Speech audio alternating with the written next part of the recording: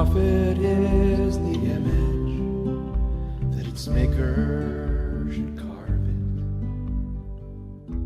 The molded image. Good afternoon, brothers and sisters. Good afternoon. In our study today, we are going to continue with looking at Ellen G. White as a true prophet. Habari za jioni dada na ndugu. Katika mafundisho yetu tunaendelea kuangalia dada wetu kama nabii wa kweli. Yeah, but before we go into our study, we'll begin with a silent word of prayer. Na kabla tuanze, hebu tuanze na maombi.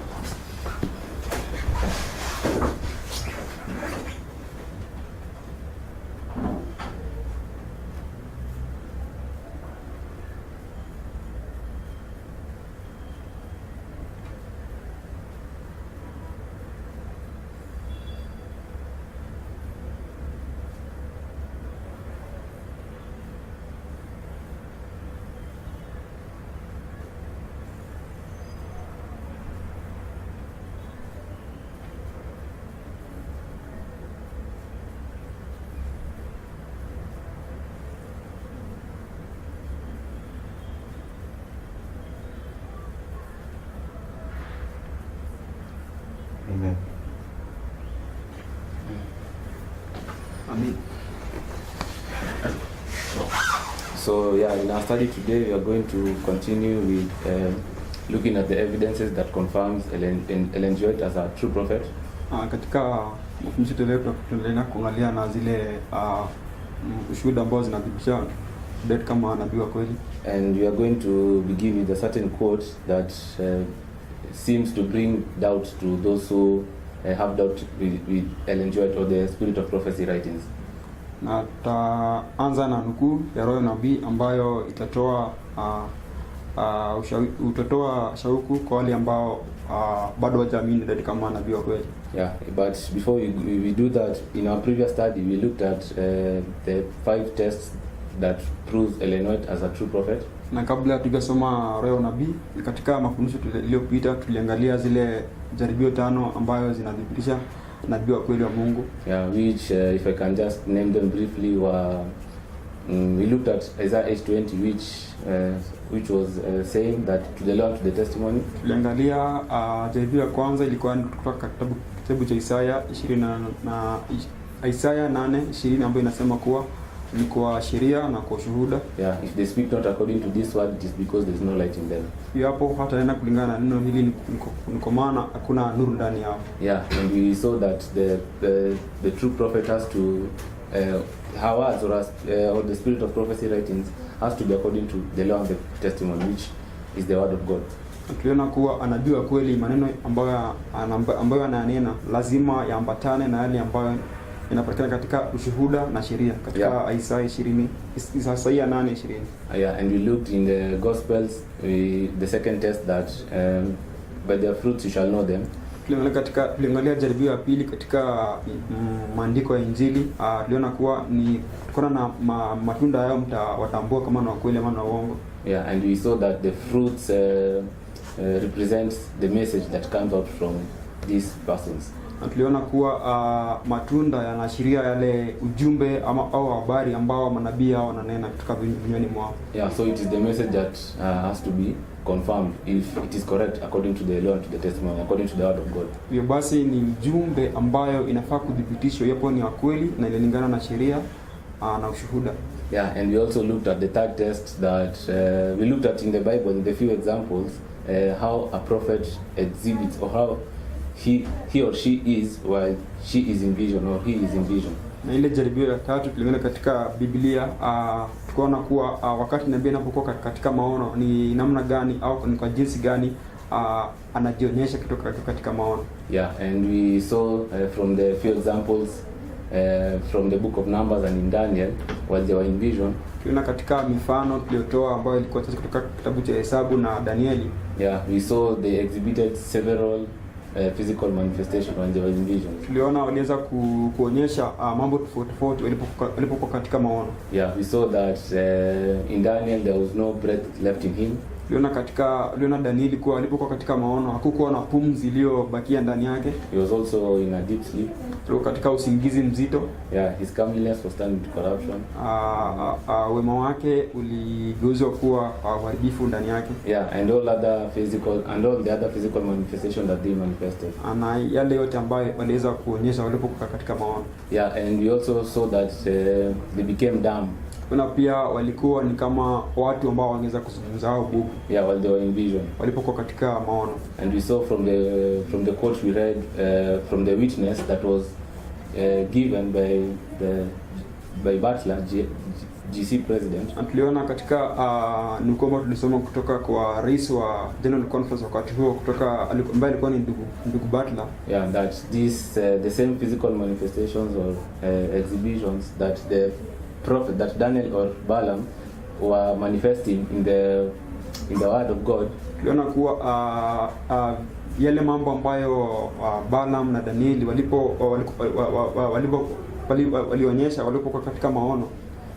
Yeah, they were the same as that which Ellen White exhibited while she was in vision. Zilikuwa ni zile ambayo dada White alionyesha alipokuwa katika maono. Yeah, so this proved that Ellen White was a true prophet. That's the same way as Daniel and all the other prophets. Hivyo basi inadhibitisha kuwa dada White inajua kweli kama vile Danieli na manabii wale wengine. Yeah, and we also looked at Ellen White as the gathering prophet, the next test. Tuliangalia pia dada White kama nabii ule wa kukusanya. Yeah, and we saw from different lines of history. Tuliona kutokana na laini tofauti za historia. Yeah, that she fulfills the role of the gathering prophet just the same way as Noah, just the same way as John the Baptist, just the same way as Moses and so forth. Tuliona kuwa aliweza kutimiza ile nafasi au fursa ya na manabii wale kukusanya kama vile Musa, Yohana na pia Nuhu. Yeah, and how we saw that is that they are proclaiming prophets and also they are gathering prophets. Na vile ambavyo tulitazama haya ni kuwa kunao manabii ambao wanatangaza na pia vile vile kunao manabii ambao wanakusanya au wana ujumbe wa kukusanya. Yeah, and this how they connected is that there was a time prophecy associated with between them. Na vile ambavyo manabii wawili wameunganishwa ni kuwa kuna ule unabii wa muda wa wakati kati yao. And we saw the time prophecy that connected Ellen White as a gathering prophet from Daniel was the 2300 years. Na tuliona kuwa ule unabii wa muda wa wakati ambayo iliunganisha Daudi kama nabii wa kukusanya ilikuwa ni ule unabii ambayo tunapata katika kitabu cha Danieli 8:13-14. Yeah, because it was this prophecy was Ellen White lived during the end of this or the termination of this 2300 prophecy. Kwa kuwa Daudi aliishi katika muda wa mwisho wa nabii hii ya Danieli 8:13-14. Yeah, therefore she represented the role of the gathering prophet. Hivyo basi alikuwa anawakilisha ile nafasi ya nabii wa kukusanya. Yeah, so these were some of the few tests that we saw in our first study. Haya ndio yaliokuwa yale majaribio ambayo tuliona katika mafundisho yetu yaliyopita. Yeah, and I will also like to now to go into our study today. Na sasa ningependa tuende katika mafundisho yetu ya leo. To continue to establish Ellen White as the true prophet beyond reasonable doubt. Ili kuendelea kudhibitisha kuwa dada wetu ni nabii wa kweli, ili kutoa shaka yote juu yake kama nabii wa kweli. Yeah, so now we will begin with a quote from CM 125. Basi tutaanza na kutoka Roho Nabii. Yeah, and this quote is what has led to many Adventists to lightly esteem the spirit of prophecy writing. Na nukuu hii ndio ambayo imeongoza Waadventista wengi kukiona ama kuziona roho nabii kwa kiwango cha chini ama kuchukulia kama si za muhimu sana kama vile Biblia. Yeah, and it is because of a term that is used in this quote which says that Ellen White was a lesser light. And kwa sababu ya maneno ambayo yametumika katika nukuu hii ambayo inasema kuwa dada alikuwa ni ile mwanga mdogo. Yeah, so we'll go into a study and look what specifically does this lesser light mean. Basi tuna katika mafundisho yetu tuweze kutambua kuwa ni nini maana ya mwanga mdogo. Yeah, so we'll go into we'll read our notes. Basi tutasoma maelezo yetu. Yeah, which we'll find down there the description, down there the video, ambayo unaweza kuyapata hapo chini ya kanda hii ya video. Yeah, so that you can follow with me. Basi uweze kufuata tunapofunza. Yeah, so I'll read CM 125. It says, "The Lord hath sent his people much instruction, line upon line, precept upon precept. Here a little, and there a little, and there a little. Little heed is given to the Bible, and the Lord has given a lesser light to lead men and women to the greater light. Oh, how much good would be accomplished if the books containing this light were read with the determination to carry out the principles they contain. There will be 1,000-fold great vigilance, 1,000-fold more self-denial and resolute effort, and many more will now be rejoicing in the light of present truth." Inasema Bwana ametuma kwa watu wake maagizo mengi, laini juu ya laini, kanuni juu ya kanuni, hapa kidogo na kule kidogo. Usikivu mchache unapewa Biblia, na Bwana ametupa mwanga mdogo kuongoza wanaume na wanawake kwa mwanga mkubwa. Mengi mema yangeafikiwa iwapo vitabu vilivyo na nuru hii vingesomwa kwa jitihada ili kutekeleza kanuni zilizoko ndani yao. Kungekuwa na uangalifu mara elfu. Kungekuwa na uangalifu mara elfu, kujikana nafsi mara elfu zaidi na jitihada dhabiti. Nao wengi zaidi wangefurahia sasa ndani ya nuru ya ukweli wa sasa. Yeah, we are told that much instruction was sent by the Lord, and this is through the lesser light. Basi tumeambiwa kuwa maagizo mengi yametumwa kutoka kwa Mungu, na hii ndio ile mwanga mdogo. Yeah, and this lesser light was to lead to the greater light. Na mwanga huu mdogo ilikuwa ni uongoze kwa ule mwanga mkubwa. And we are told that if people or men will be very vigilant in studying this lesser light, or the books that are associated with the lesser light. Tumeambiwa kuwa iwapo wanaume na wanawake wataka jitihada za bidii kusoma vitabu hivi ambavyo vimesemekana kuwa mwanga mdogo. Yeah, that there will be much great vigilance and more self-denial and resolute effort. Tumeambiwa kungekuwa na kujikana nafsi mara elfu na jitihada dhabiti. Yeah, if they read these books that are the lesser light. Iwapo wangesoma vitabu hivi ambavyo vinaitwa kama ule mwanga mdogo. Yeah, and they will rejoice now in present truth. Na wangefurahia ndani ya ukweli wa sasa. Yeah, so we see that for you to understand the present truth, you have to be able to understand this lesser light. Tunaona kuwa iwapo ungenuia kujua ukweli wa sasa, ni sharti uweze kusoma vitabu hivi ambavyo vimesemekana kwa mwanga mdogo. Yeah, so this lesser light, from even this quote, you can just realize that it is more than what people deem it to be. Hivyo basi kutokana na nukuu hii tunapata kuwa mwanga huu mdogo ni zaidi ya vile ambavyo watu wengi wanadhania ama wanaziona. Yeah, so we will go and try to define what these terms mean, the lesser light and the greater light from the word of God. Basi tutaenda ili tuweze kuweza kujua nini maana ya mwanga mdogo na mwanga mkubwa. Yeah, and we'll go into our notes from we'll read in the book of Genesis chapter 1. Na tutasoma katika ya Biblia Mwanzo 1 and from verse 14 to 18. Kutoka aya ya 14 hadi 18. Yeah, so we are trying to know what the greater light and the lesser light means. Tunajaribu kujua ni nini maana ya mwanga mdogo na ule mwanga mkubwa. Yeah, so it reads, "And God said, let there be light in the firmament of the heaven to divide the day from the night, and let them be for signs and for seasons and for days and years, and let them be for lights in the firmament of the heaven to give light upon the earth. And it was so. And God made two great lights, the greater light to rule the day, and the lesser light to rule the night. He made the stars also, and God set them in the firmament of heaven to give light upon the earth, and to rule over the day and over the night, and to divide the light from the darkness. And God saw that it was good." Inasema Mungu akasema, na iwe mianga katika anga la mbingu ili itenge kati ya mchana na usiku, nayo iwe ndiyo dalili na majira na siku na miaka. Tena iwe ndiyo mianga katika anga la mbingu itie nuru juu ya nchi. Ikawa hivyo. Mungu akafanya mianga miwili mikubwa, ule mkubwa utawale mchana na ule mdogo utawale usiku. Akafanya na nyota pia. Mungu akaiweka katika anga la mbingu itie nuru juu ya nchi, na kutawala mchana na usiku, na kutenga nuru na giza. Mungu akaona ya kuwa ni vyema. Yeah, so from this story of creation, we understand that these two great lights represent the sun and the moon. Kutokana na hadithi ya uumbaji tunaona kuwa mianga ile miwili, ile ndogo ile kubwa, zinaashiria jua na mwezi. Yeah, the sun represents the greater light because it rules the day.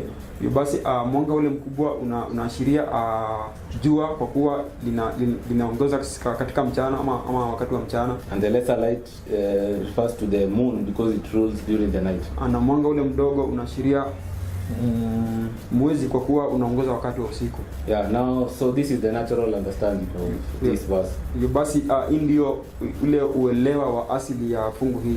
And now we'll apply a principle in 1 Corinthians chapter 15 verse 46. Hivyo basi tutatumia kanuni kutoka Wakorintho wa kwanza So for us to 15 sura ya 46. Yes, for us to understand better what this great light means now spiritually.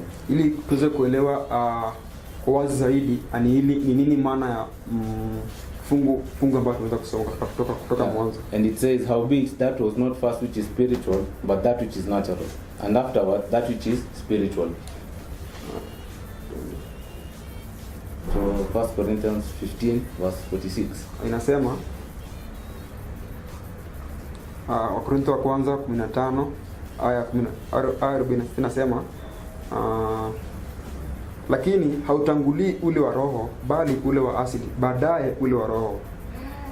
Yeah, so you should understand first the natural, then the spiritual. Hivyo basi unafaa kwanza kuelewa ule wa asili kisha baadaye ule wa roho. Yeah, so now the spiritual light or the greater light or the lesser light spiritually. Hivyo basi ule mwanga mdogo na ule mwanga mkubwa kiasili, yeah, have to definitely mean a different thing.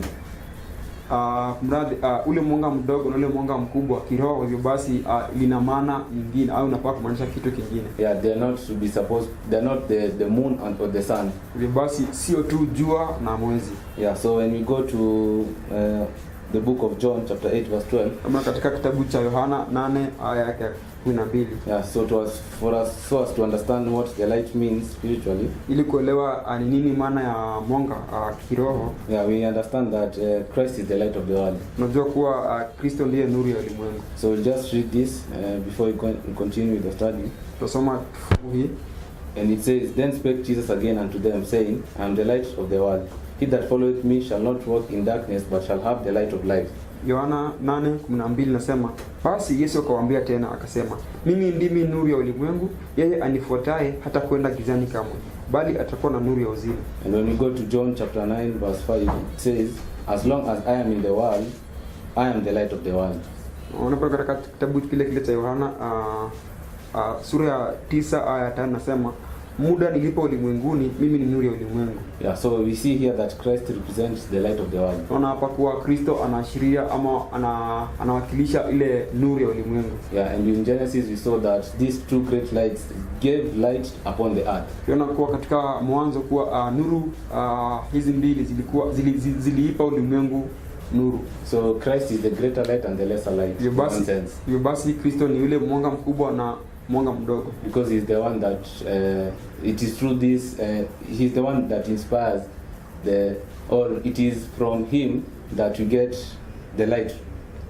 Kwa maana kutoka kwake ndio ambao sisi tunapata nuru. Yeah, so he's the light of the world. So whatever this great light and the lesser light means, he's the one that gives this inspiration, if I can say so. Hivyo basi kile ambacho nuru mwanga mkubwa na mwanga mdogo kinamaanisha ni kuwa ni Kristo, kwa kuwa ni yeye ndiye ambaye anaipa ulimwengu mwanga au nuru. Yeah, but we are going to realize also that Christ is the greater light. Na tunaenda kujua kuwa pia Kristo ndiye ule mwanga mkubwa. So when we go into our notes from Malachi chapter 4 verse 2, it says, but unto you that fear my name shall the Son of Righteousness arise with healing in his wings, and he shall go forth and grow up as calves of the stall.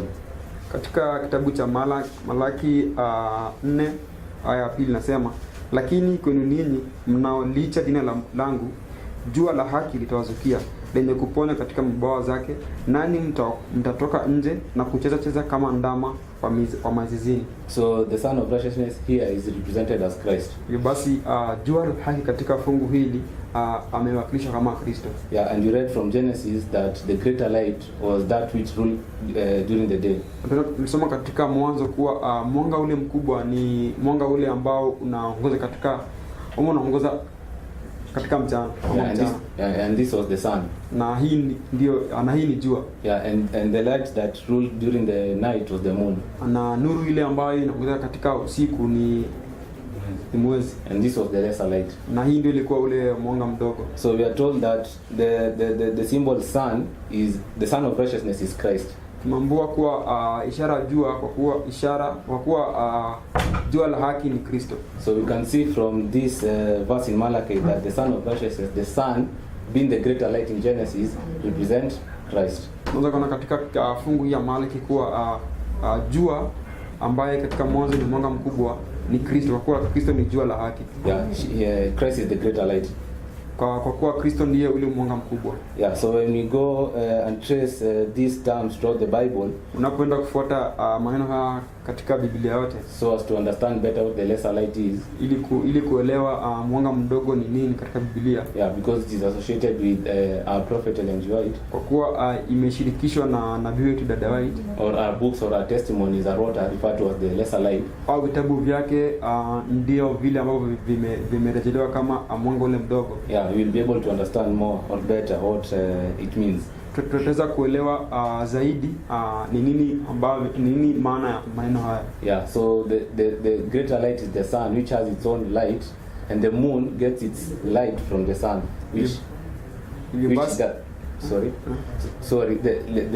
the greater light is the sun, which has its own source of light, but the moon is it gets its light from the sun.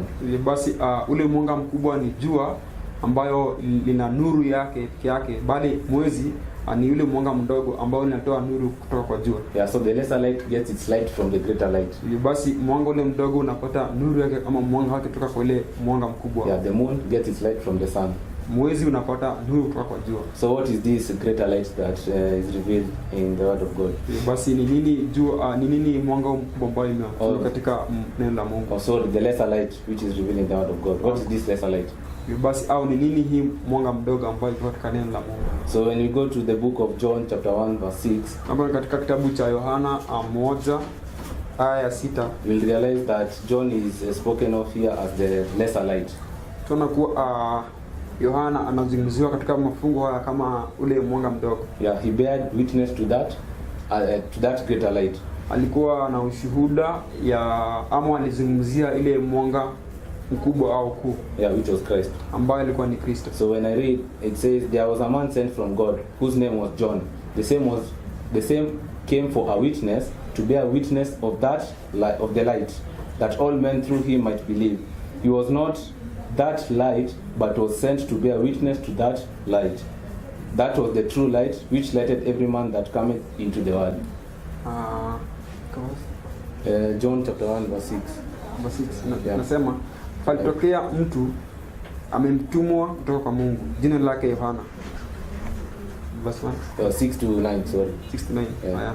John chapter 1 6 to 9. Yohana sura ya kwanza aya 6 hadi 9 nasema, palitokea mtu ametumwa kutoka kwa Mungu, jina lake Yohana.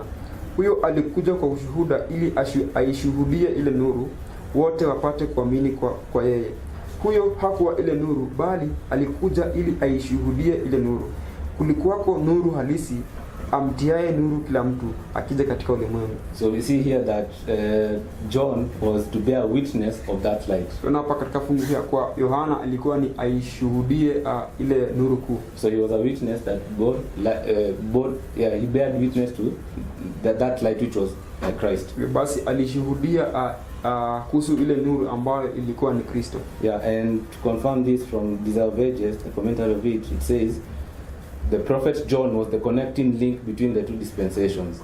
As God's representative, he stood forth to show the relation of the law and the prophets to the Christian dispensation. He was the lesser light, which was to be followed by a greater. Kusoma katika kitabu cha dada White cha leo nabii, inasema kuwa nabii Yohana alikuwa kiungo cha kuunganisha bidii ya nyakati hizi mbili. Kama mwakilishi wa Mungu, alisimama mbele kuonyesha uhusiano ya sheria na manabii, nayo ya manabii mpaka hapo. Yeah, so we realize that John represents John the Baptist.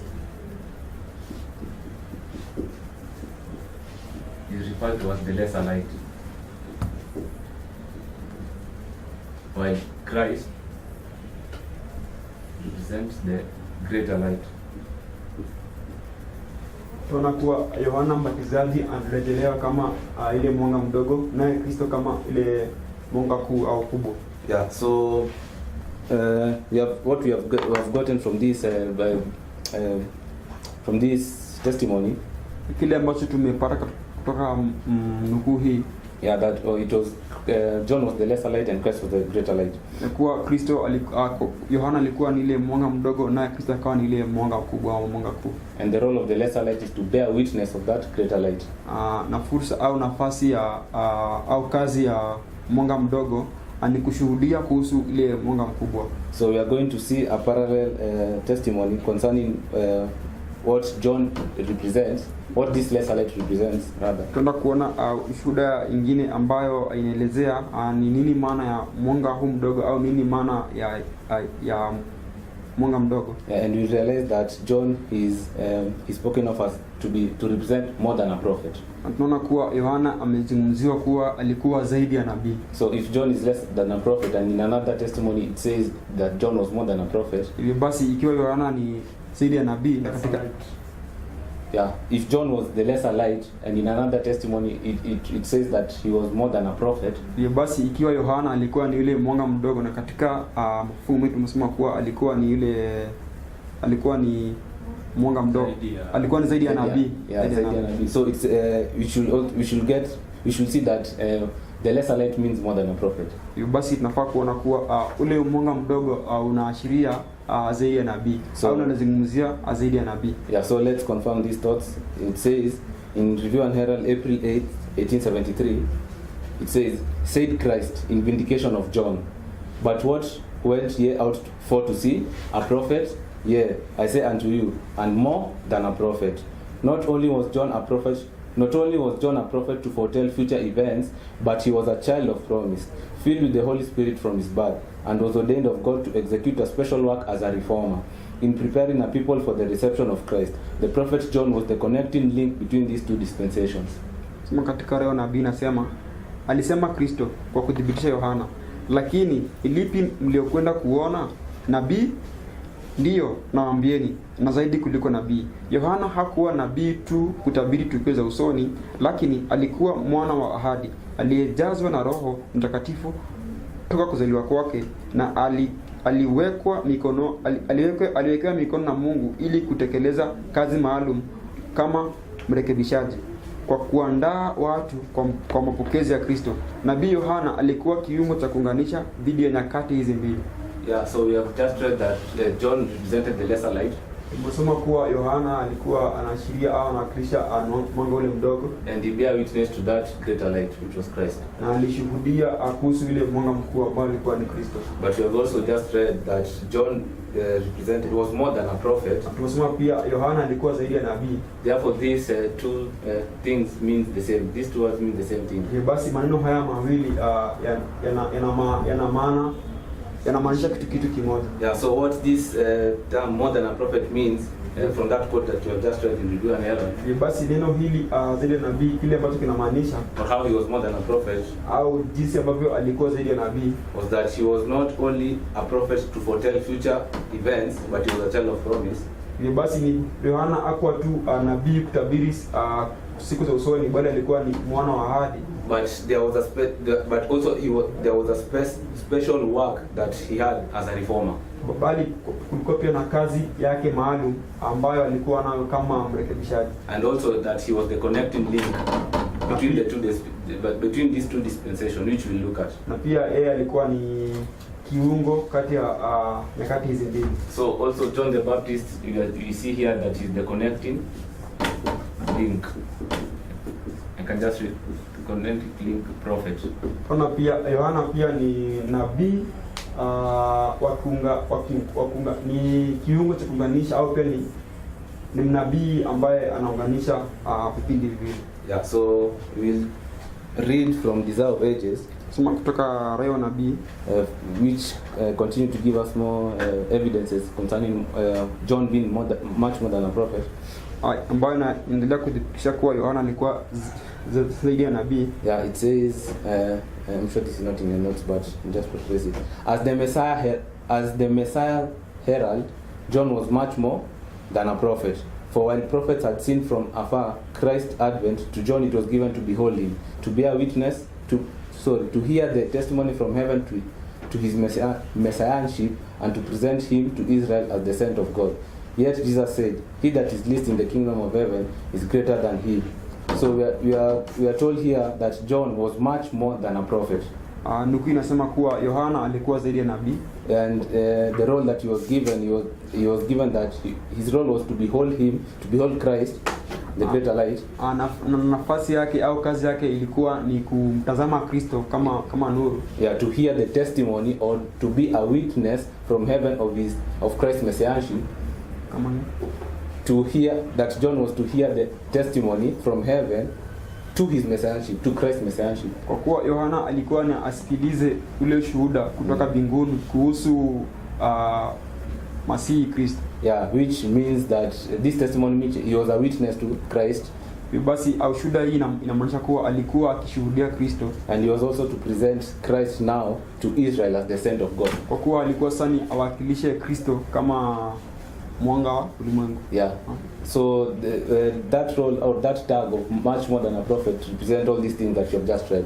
Basi kazi hii ambayo inasema zaidi ya nabii inawakilisha hayo yote ambayo tumeweza kusoma. Yeah, which basically is to be a witness of Christ or the greater light. Ambayo ni kushuhudia Kristo au mwanga mkuu. Yeah, now when you go to a parallel story or to another reformer, ama katika historia nyingine au mrekebishaji mwingine kama Yohana, we will realize that this word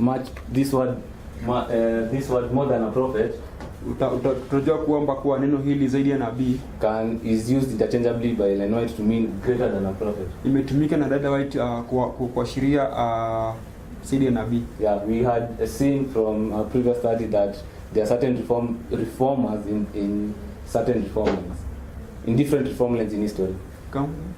We had seen in our previous studies, tuliona katika mafundisho yote ambayo ilipita, or which had been shared, au ambayo tuliweza kufunza, which we will share again, that there are certain reformers in certain lines of history. Kuna warekebishaji wa fulani katika laini za historia au katika sehemu fulani za historia. Yeah, we saw there were proclaiming prophets and gathering prophets. Tuna kuwa kulikuwa na manabii wa kutangaza na manabii wa kukusanya. Yeah, and we saw that Moses was one of the gathering prophets. Tuna kuwa Musa alikuwa ni baadhi ya wale manabii wa kukusanya.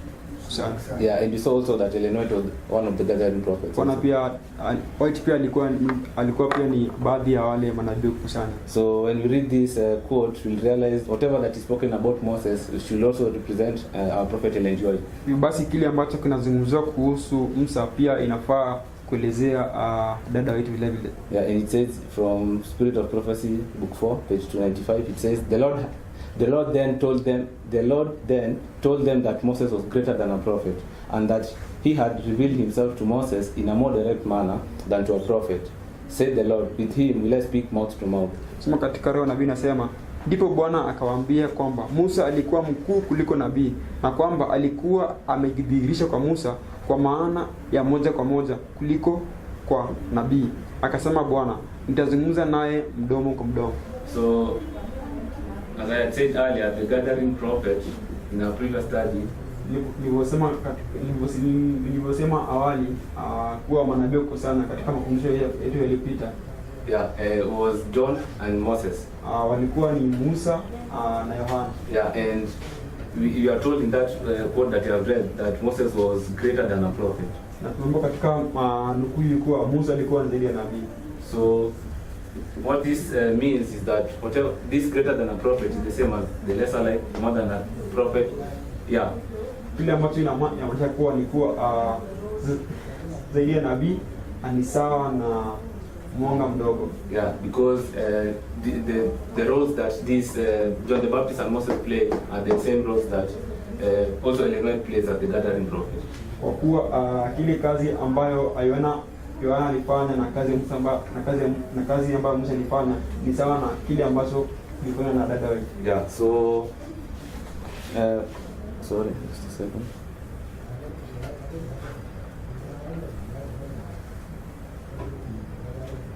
Sorry. Oh, okay, sir. So, as we continue, we have just seen that Moses, from that quote that you have read, was greater than a prophet. Tumeona kuwa Musa alikuwa ni zaidi ya nabii. Yeah, and we have just paralleled that the same way Moses and John the Baptist and Ellen G. White were the gathering prophets. Na tumeona jinsi ambavyo Musa na Yohana walikuwa zaidi ya nabii. Yeah. Also, we should expect also we should expect also to see that, to see Ellen White fulfilling this role of more than a prophet or greater than a prophet, which means the same thing. Basi tunatarajia kuona pia dada White akiwa zaidi ya nabii, kwa kuwa pia yeye ni ile mwanga mdogo kama alivyokuwa Yohana. Yeah, so to confirm that Ellen White was more than a prophet or greater than a prophet, ili kudhibitisha White alikuwa ni zaidi ya nabii ama alikuwa ni zaidi ya nabii. Yeah, which means the lesser light, ambayo ina maana ni alikuwa ni ile mwanga mdogo. We'll read from Selected Messages, book 3, page 74. Kwa sababu katika leo nabii ili kudhibitisha mambo haya. Yes, it says, I am now instructed that I am not to be hindered in my work by those who engage in suppositions regarding its nature, whose minds are struggling with so many intricate problems connected with the supposed work of a prophet.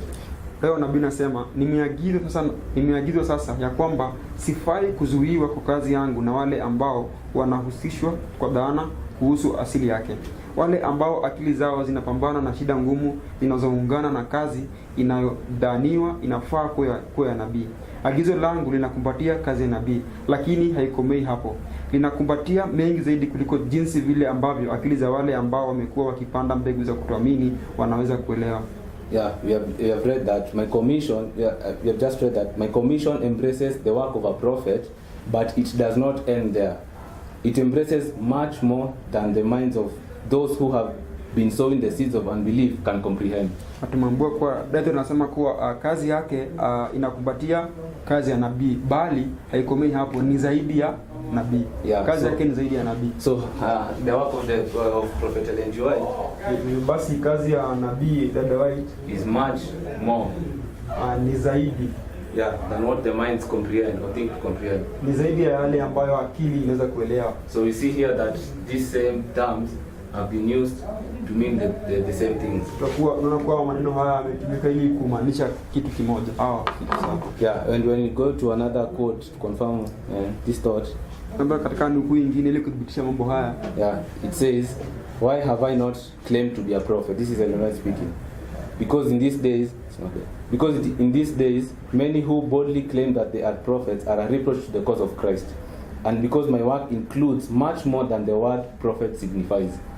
Tunaona kuwa dada anasema katika nukuu hii kuwa yeye hajatangaza kuwa ni nabii, kwa maana anasema kuna watu wengi ambao wanasema wao ni nabii lakini wana tabia ambazo si sawa. Hivyo basi kazi yake ni zaidi ya nabii. Yeah, it says my work it says and because my work includes much more than the word prophet signifies. Amesema kuwa kwa sababu kazi yake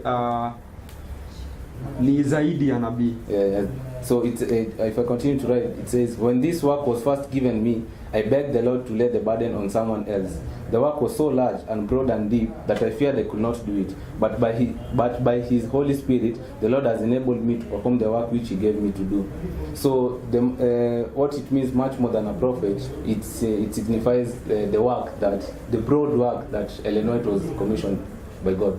Kile ambacho neno hii nabii inamaanisha kuwa ni kazi yake ilikuwa ni zaidi sana kuliko kazi ya nabii, au inahusu mambo mengi zaidi ya kazi ya nabii au ofisi ya nabii. Yeah, so from these few quotes we have just identified that Ellen White is the same. What lesser light means is the same as much more or more than a prophet. Tumeona kuwa kile ambacho mambo yanamaanisha kuwa ni kuwa ile mwanga mdogo inamaanisha au ina maana kuwa ni zaidi ya nabii. Yeah, and we also had earlier read that John the Baptist was the connecting link between such two dispensations. Tuliona pia hapo awali kuwa Yohana alikuwa ni ile kiungo ambayo kiliunganisha nyakati hizi mbili. So you are told that connecting link, that John the Baptist was the connecting link between certain dispensations, John the Baptist. Mambo kwa Yohana Mbatizaji alikuwa ni kiungo cha kuunganisha nyakati zile mbili. So we want to understand what disconnecting means. Basi tunataka kuelewa ni nini maana ya kiungo cha kuunganisha. So in the dispensation of Noah, you can just note here. Katika nyakati za Nuhu, you can just note there that what the connecting link prophet means. Kile nabii wa kuunganisha inamaanisha is that this is a prophet that links certain two dispensations, or he changes the focus of. He's the one who lived during the time when the change of dispensation shifts from one dispensation to another dispensation. Nabii wa kuunganisha anamaanisha kuwa ni nabii yule ambaye anaishi katika nyakati mbili ambayo naona kuwa kuna mageuzi mambo fulani kutoka nyakati moja hadi nyakati nyingine. So we see here that Noah was the connecting link between the focus of worship from the gates of Eden to the altars. Unakuwa Nuhu alikuwa ni ile kiungo cha kuunganisha kati ya ibada iliyofanywa katika mlango za kule Edeni hadi kwa madhabahu. And we continue to see that Moses was the connecting link between the worshiping from the altars to the earthly sanctuary. Tunaona pia Musa alikuwa ni ile kiungo cha kuunganisha kati ya vipindi viwili ambavyo ni vya kuabudu kwa madhabahu na kile kipindi cha kuabudu katika pale patakatifu. Yeah, kwa kidunia. And also John the Baptist is the connecting link prophet from the earthly sanctuary to the heavenly, now in the holy place, to the heavenly, now into the holy place. Tunaona pia Yohana Mbatizaji alikuwa ni kiungo kati ya nyakati zile mbili, ambayo nyakati ya kwanza ni ile ibada ya pale patakatifu pa kidunia, na kile kipindi ambacho ni cha ibada ya pahala patakatifu pa kidini. So as much as we saw from the previous study that Noah, Moses and John the Baptist represented the gathering prophets. Tuna katika mafunzo tulikuwa Nuhu, Musa na Yohana walikuwa ni wale manabii wa kukusanya. We can also learn that they put this role of the connecting prophet. We have this role of the connecting prophet. Tunaona pia wana kazi hii ya kuwa wale manabii wa kuunganisha nyakati mbili, which is to direct people from the certain focus of worship to another certain focus of worship, ambayo ni kuongoza watu kutoka nyakati moja ibada hadi nyakati nyingine ibada. Yeah, and so during this time of Prophet Ellen G. White, she was the one who was during the change of the focus of worship from the holy now to the heavenly in the most holy, heavenly sanctuary in the most holy. Tunaona kuwa White alikuwa ni nabii ambaye aliishi katika ile enzi ambayo ibada ilikuwa inaagizwa kutoka pahala patakatifu pa kidunia hadi kule mbinguni, ambayo ni pahala patakatifu pa kidini ambayo iko kule mbinguni. Yeah, so we see that the role of Ellen G. White as a connecting link prophet is the same way, fulfills the same role as John the Baptist, Moses and Noah. Kuna pia kazi ya David ni sawa na kazi ya Yohana Mbatizaji, Musa na Nuhu. So the work that these prophets did during these times of history, basi kazi ile ambayo manabii hao walifanya katika vipindi vya historia, are important, basi ni za muhimu, or become of important with the same work that Ellen G. White fulfills now as a connecting link prophet now during this time of the heavenly sanctuary. The work that these other prophets did during this time that they were the connecting link between these two dispensations. Kazi ile ambayo manabii hao walifanya katika kipindi ambao walikuwa wanafanya kazi kama kiungo cha kuunganisha, which you have read at least from Moses and John the Baptist, that this work included much more than a prophet or more than a prophet. Ambayo tumesoma kuwa kazi hii ilikuwa ni zaidi ya kazi ya unabii. It's the same important work that Ellen White fulfills now here at the end of the world, when it comes to understanding what the work that he's doing, the testimony that Ellen White writes concerning the work that is being done in heaven. Ni kazi ile ambayo White anafanya katika nyakati hii ambayo ni sawa na ile ambayo tunaona pamoja na pia Musa. Yeah, because it is from this lesser light of the spirit of prophecy writings. Kwa sababu kutokana na mwanga huu mdogo au zile maandiko ya roho ya unabii, that we get an understanding of what the work that is going on in the most holy place. Kutokana na maandiko haya ya roho nabii ambayo tunapata kuelewa ni kazi gani ambayo inatendeka kule pale patakatifu mno pa kibingu. Yeah, so from this lesser light or from this the writings of Ellen G. White, kutokana na maandishi ya roho nabii au ile mwanga mdogo, is where we get a more understanding of the work that is being done in the most holy place, in the heavenly sanctuary. Kutumia maandishi ya roho nabii ambayo tunapata kuelewa kazi ile ambayo inatendeka kule mbinguni. Yeah, so when we continue with this with our notes, tunapoendelea na maelezo yetu, yeah, we continue to confirm these thoughts that we have just defined here. Tunaendelea kudhibitisha wazo ambayo tunaweza kutoa. Yeah, and this is from 5T page 661. Tunasoma katika roho nabii. Yeah, and it says, in ancient times God spoke to men by the mouth of prophets and apostles. In these days he speaks to them by the testimonies of his spirit. There was never a time when God instructed his people more earnestly than he instructs them now concerning his will and the course that he will have them pursue. Inasema katika enzi za kale Mungu alinena na watu kwa midomo ya manabii na mitume. Katika siku hizi ananena nao kupitia ushuhuda wa roho yake. Hakukuwa na wakati ambapo Mungu aliwaagiza watu wake kwa bidii zaidi kuliko anavyowaagiza sasa kuhusu matakwa yake na mwelekeo ambayo angetaka wachukue. Yeah, we are told that in ancient times God spoke to us or to the people living during that generation through prophets and apostles. Tumeambiwa kuwa katika enzi za kale Mungu alinena na watu kupitia manabii na mitume. And we are told in these last days God speaks to us through the testimonies of his spirit. Tumeambiwa katika siku za mwisho Mungu anazungumza nasi kupitia ushuhuda ya roho wake. Yeah, and we are told that there was never a time when God instructed his people more earnestly. Tumeambiwa kuwa hakukuwa na wakati ambapo Mungu aliwaagiza watu wake kwa jitihada za bidii zaidi. Yeah, and this is during this time. Na hii ni katika siku hizi ambazo tunazoishi. Yeah, so we see that the testimonies of his spirit, the testimony of Ellen G. White is during the last period is where God is using those testimonies more earnestly now in our time. Naona kuwa nikipita katika zile maandishi za roho nabii ambayo Mungu anatumia zaidi maandishi haya katika nyakati hizi ili kutuelekeza kwa mwelekeo mzuri. Yeah, so we should take note of the testimonies of Ellen White, which you have confirmed that it is, they are more than a prophet, or the role that Ellen White takes, they are more than a prophet. So we should take note of this spirit of the testimonies of Ellen White, which are the lesser light, which now becomes of importance for us to understand now here at the end of the world. Basi tunafaa kuvitambua maandishi ya dada White ambavyo ni zimerejelewa kama ule mwanga mdogo ambazo ni za maana sana au za muhimu sana katika kwetu sisi katika mwisho wa dunia. Yeah, so when I continue with the notes in first selected messages, page 32, paragraph 2, it says, early in my youth, this is another speaking, early in my youth I was asked several times, are you a prophet? I have ever responded, I am the Lord's messenger.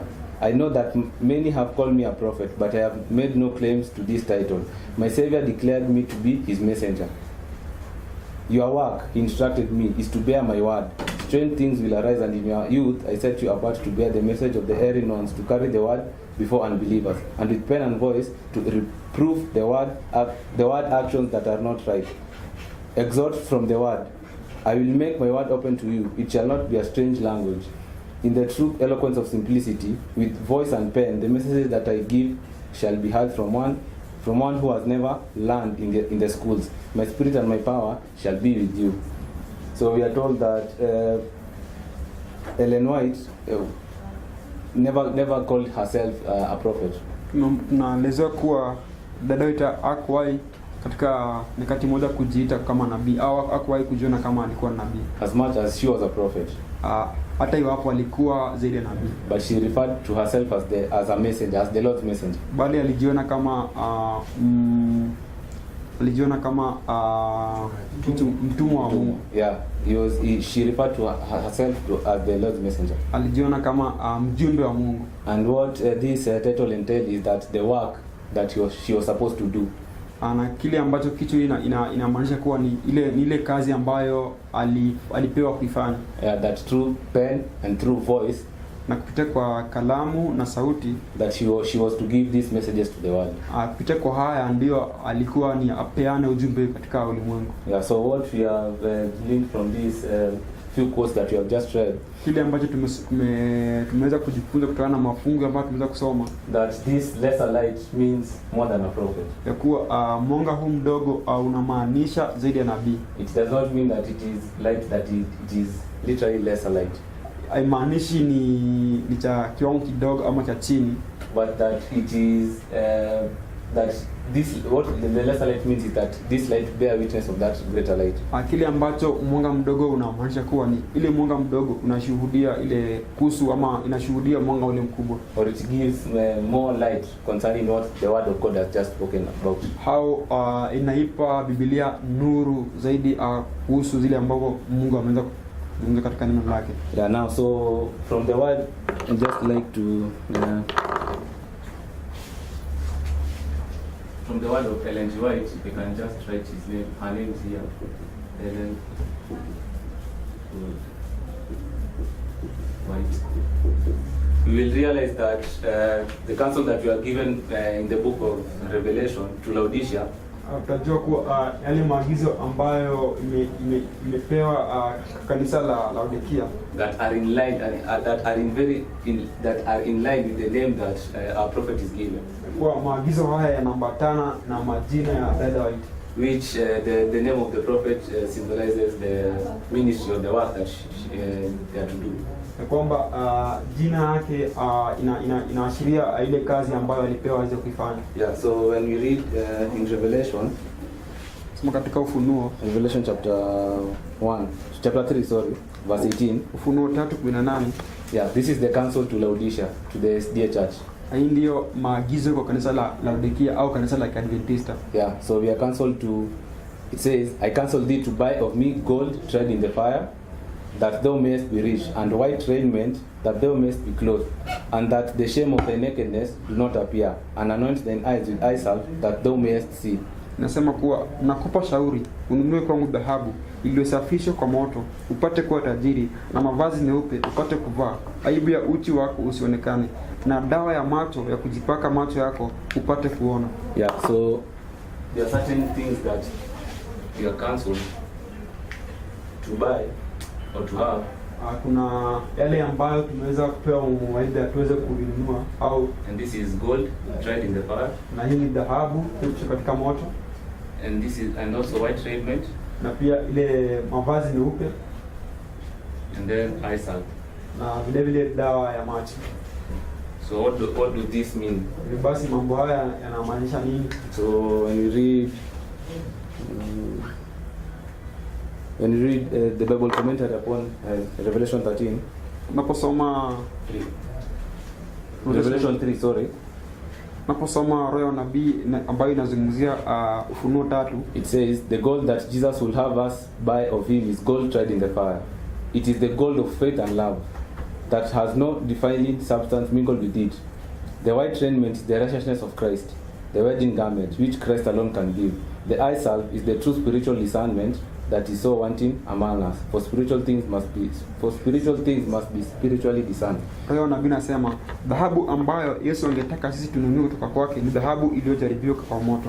Ni dhahabu ya imani na upendo ambalo halina chemichemi ya kutia najisi iliyochanganywa nayo. Vazi leupe ni uhaki ya Kristo, vazi la harusi ambayo Kristo pekee ndiye anayeweza kupeana. Dawa ya macho ni utambuzi wa ukweli ambayo halipo sana miongoni mwetu. Maana mambo ya kiroho lazima yatambuliwe kiroho. So what this gold means is that it means faith and love. We have to have faith and love. Dhahabu ina maana kuwa tufaa kuwa na upendo na imani. Yeah, and what white raiment means, it means the righteousness of Christ. Na kile ambacho mavazi meupe yanamaanisha ni kuwa ni ile haki ya Kristo. Yeah, or the wedding garment. au vazi la harusi. And what also the eyesight means, My- it means spiritual discernment. To have a spiritual discernment. Na kile ambacho dawa ya macho inamaanisha ni kuwa kuweze kuwa na utambuzi wa kiroho. Yeah, so when we go to define what the names means of Ellen G. White, Napenda of Ellen G. White. kutafsiri ni nini maana ya majina ya dada White au jina la dada White. Yeah, from the American dictionary, New American dictionary, it means Ellen means a lamp, a bright and shining lamp, a bright and shining lamp, bright and shining lamp. Toka kamusi ya Kizungu, jina ya Ellen ina maana ya taa ambayo inang'aa. Yeah, so it represents a lamp. Hivyo basi inamaanisha taa. Yeah, and gold means gold. Na jina lake la pili ambao ni gold ina maana dhahabu. And white means righteousness. The symbol of righteousness. Means Na righteousness. jina lake ya tatu ambao ni white ina maana ni haki. Or pure or white. It means white or pure or white. Inamaanisha utakatifu na pia ni nyeupe. So from her name you can see the ministry that she was supposed to do. Basi kutokana na jina lake unaweza kuona ile kazi ambayo aliweza kupatiwa aliweza kuifanya. You see gold, which means faith, which we have seen it means faith. Tunaona dhahabu ambayo ina maana ya imani na upendo. We have seen righteousness, which means it's the same as the white raiment, which means the righteousness of Christ. Tumeona kuwa haki ni sawa na au inamaanisha ile haki ya Kristo ambayo pia vile vile ni ile vazi ama mavazi meupe. Yeah, and the lamp has to mean spiritual discernment. Na taa ina maana kuwa ni ile kutambua vitu kidogo. Yeah, to have to get a light, to understand God better, to understand the word of God better. Au kuelewa neno la Mungu vizuri au vyema. Because when a person does not understand the word of God, you can say he is in darkness. Kwa kuwa hapo mtu aelewi maneno ya Mungu au Biblia, unaweza kusema kuwa huyu mtu yuko katika giza. But when you are spiritually you spiritually discern is that when you spiritually discern the words of God, bali unapotambua maneno ya Mungu kiroho, you can say that you have the light of God. Unaweza kusema kuwa una nuru ya Mungu. Yeah, so when you go to Psalms 119, katika Zaburi 119, we will realize that this lamp, verse 5, aya 105, we realize that this lamp is a light unto the path of God's people. Unajua kuwa nuru hii ni mwanga katika mapito au njia ya watu wa Mungu. If I can just read it, it says, the word is a lamp unto my feet and light unto my path. Kuwa neno lako ni taa kwa miguu yangu na ni mwanga katika njia yangu. So the lamp can signify light. Basi taa inaweza kumaanisha mwanga. Yeah, it gives light where there is darkness. Kuwa inatoa mwanga pale palipo na giza.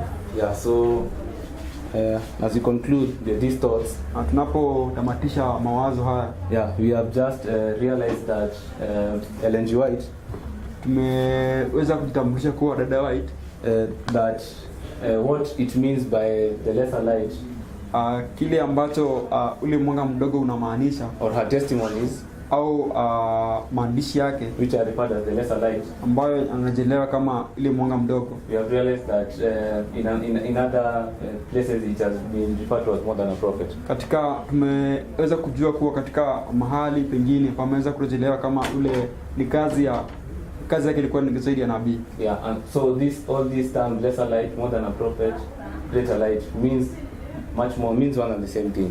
Basi maneno haya yote ambayo tumeona kuwa ni mwanga mdogo unamaanisha ni kazi yake ilikuwa zaidi ya nabii. So all these witnesses that you have read today, shuhuda hizi zote ambazo tunaweza kusoma hivi leo, confirms Ellen White as a true prophet, na dhibitisha dada kama nabii wa kweli, and tells us the work that she has, that it is broad, it is wide, na anatuelezea kuhusu kazi ambayo aliyopewa ambayo ni kubwa na ni pana, which is being revealed by the books that he wrote, ambayo imeweza kudhihirishwa na vile vitabu ambavyo aliweza kuviandika. Yeah, and so also we have noticed that the name of Ellen G. White, Na tumeweza kutambua pia jina lake dada White, which is associated with her ministry, ambayo kimehusishwa na kazi yake, and also it's associated with the counsel that God's people at the end of the world are given, SDAs. na pia kimehusishwa na ile mawaidha ambayo watu wa Mungu ambao ni Adventista wamepewa katika Ufunuo 3. Yeah, that they are one and the same with what they are one and the same with the name of Ellen G. White. Ya kwamba mawaidha haya yanaambatana na jina lake dada White. So the ministry of Ellen G. White, Basi kazi ya dada White, yeah, the work that she did, kazi ile ambayo alifanya, the books that she wrote, the messages that she gave unto us, vitabu alivyoviandika na ujumbe ambao aliweza kutupatia, are these things that we so need as Laodicea here at the end of the world. Ni vile vitu ambavyo tunahitaji sana kama wana Laodicea katika mwisho wa dunia. Yeah, so from these few witnesses that we have just looked, Kutokana na ushuhuda hizi chache ambazo tumeweza kuangalia, it very much confirms that beyond reasonable doubt that Ellen White is a true prophet. Hivyo basi inadhibitisha na kutoa shauku yoyote kama dada White, inatoa shauku yoyote kuhusu dada White kama nabii wa kweli. So we have no reason to doubt as SDAs. Basi hatuna sababu yoyote ya kuwa na shauku kuhusu dada White kama Adventista. Yeah, but we have to be more diligent or more vigilant. We have to be more vigilant. Basi tunafaa kuwa na bidii au na jitihada in studying these things, in studying the testimonies of Ellen G. White, kwa kusoma vitabu vyake, even line upon line, hata laini juu ya laini, so that you can be able to understand present truth as we read earlier. Basi ili tuweze kuelewa ukweli wa sasa tulivyosema hapo awali, because it is the present truth that the flock needs now. Sababu ni ukweli wa sasa ambayo watu wa Mungu wanahitaji katika wakati huu. Yeah, we ought to familiarize ourselves with what the present truth. Tunafaa kujifahamisha kuhusu ukweli wa sasa. So I hope the study has been a blessing. Natumai mafundisho yameweza kuwa ni baraka. And I would like to end it there. Na tunaweza kutamatisha hapa. Yeah, so we'll close with a word of prayer. Basi tutafunga na ombi. Our dear Heavenly Father, Baba mpendwa mbinguni, we continue to give you thanks for being with us throughout this day. Tunaendelea kukupa shukrani kuwa nasi katika siku ya leo. And for giving us the opportunity to study your word during this session. Na kutupa fursa ya kusoma neno lako katika wasaha. Lord, you have proven from your word that our prophet Ellen G. White was more than a prophet. Bwana, tumedhibitisha kutokana na neno lako kwa White alikuwa ni zaidi ya nabii. And her testimonies which you refer to them as the lesser light, na ushuhuda zake ambazo umezirejelea kama ile mwanga mdogo, is supposed to mean that it is they are more than that the light that she has written is they are more than what the work that she has written is more than what Lord it really means. Kwa kuwa yale ambayo ameweza kuandika ni zaidi ya yale ambayo alikuwa akiyafanya. So Lord, we pray, Lord, that you may help us understand these things. Tunakuomba uweze kutusaidia tuweze kuelewa mambo haya. And we pray, Lord, that you may enable us to understand what we have just read. Na tunakuweza kuomba uweze kutuwezesha kuelewa yale ambayo tumeweza kusoma. And if we had doubts upon this, that Lord, these studies will have cleared the doubts, dear Father. Na hapo tulikuwa na shauku kumhusu mafundisho yaweze kutoa shauku hizi. So Lord, help us and be with us, dear Father, even as we confirm these truths. Basi tunakusihi uweze kutusaidia na uweze kuwa nasi hata kama tunapomaliza mafundisho ya leo. So we pray this short prayer trusting and believing in Jesus' name. Kwa tunaomba katika jina la Mwana Yesu Kristo. Amen. Amen.